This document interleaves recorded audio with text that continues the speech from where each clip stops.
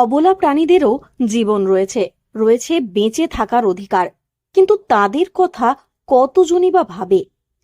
একটি উদ্যোগের মাধ্যমে বড় বার্তা পৌঁছে দিলেন বড়াবাজার রাজাপাড়ার এলাকার প্রাক্তন পরিবহন কর্মী তারাপদ সিংহদেও। একটি পরিত্যক্ত টেলিফোন খুঁটি, সেই খুঁটিতে নিজ উদ্যোগে কৃত্রিম পাখির বাসা তৈরি করেছেন। বিগত 5 বছর ধরে সেগুলি রক্ষণাবেক্ষণ করেন তিনি।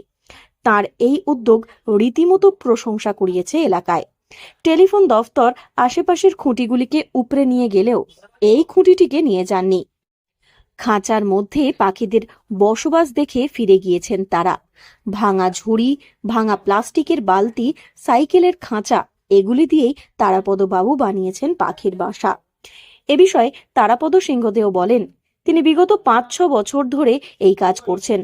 আগে একটা সময় ছিল পাখিদের জন্য মানুষ নিজেদের বাড়িতে হাঁড়ি রাখত, এখন আর সেসব দেখা যায় না।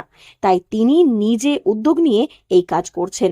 এতে পাখির সংখ্যাও অনেক বেড়েছে। 5-6 বছর হয়ে গেল, তো দেখছি খুঁটিটা ফাঁকা গাদা আছে, তো পরে দেখছি পায়রা পাখি টাকি সব ইধার উধার ঘুরে বলছি, এগুলোকে সব টাঙিয়েছি। পাখিরা এসে করে বসবাস করছে। হ্যাঁ, বেড়েছে। দেখছি তো পাখিগুলো থাকবার কোথাও জায়গা নেই। অনেকেই তো ওই পাখি বসার জন্য কোথাও টং করতো, হাঁড়ি টাঙা তৈরি করতো। তাইলে দেখছি এলাকায় ওই সব নেই। এখন আমি ওই ব্যবস্থাটা করলাম। আমি খাবার দিই, সকালে চাল দিই, দুপুরে ভাত দিই। পাখি এ বিষয়ে এলাকার বাসিন্দা বংশীবাদল সিংহদেও ও বিশ্বরূপ সিংহ মদক বলেন, এই উদ্যোগ খুবই ভালো একটি উদ্যোগ। পাখিদের কথা চিন্তা করে তারাপদবাবু যে কাজ করছেন তা প্রশংসনীয়।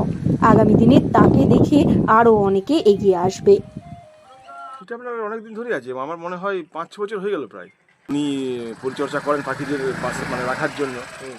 পাখিদের যে বাসা, আমাদের পাখিরা হচ্ছে আমাদের বন্ধু, আমাদের পরিবেশের বন্ধু বললেই চলে। তাদের খাওয়া দাওয়ার ব্যবস্থাগুলো উনি দেখেন, ওই খাবার দেয়, জল দেয় এবং থাকার জন্য বাসা করে দিয়েছেন। ও ভালো জিনিস, আমরা সবাই সাপোর্ট করেছি। আমরা বলবো যে এলাকার সবারই সহানুভূতি আছে, এই জিনিসটা যাতে কেউ নষ্ট না করে সেটারও লক্ষ্য আছে, আর সকলেরই সহযোগ। এই ছোট্ট প্রয়াসের মধ্যে পশু পাখির প্রতি তারাপদবাবুর যে প্রেম, তার বিশাল হৃদয়ের প্রমাণ দিয়েছে। পুরুলিয়া থেকে শর্মিষ্ঠা ব্যানার্জির রিপোর্ট, লোকাল 18 বাংলা।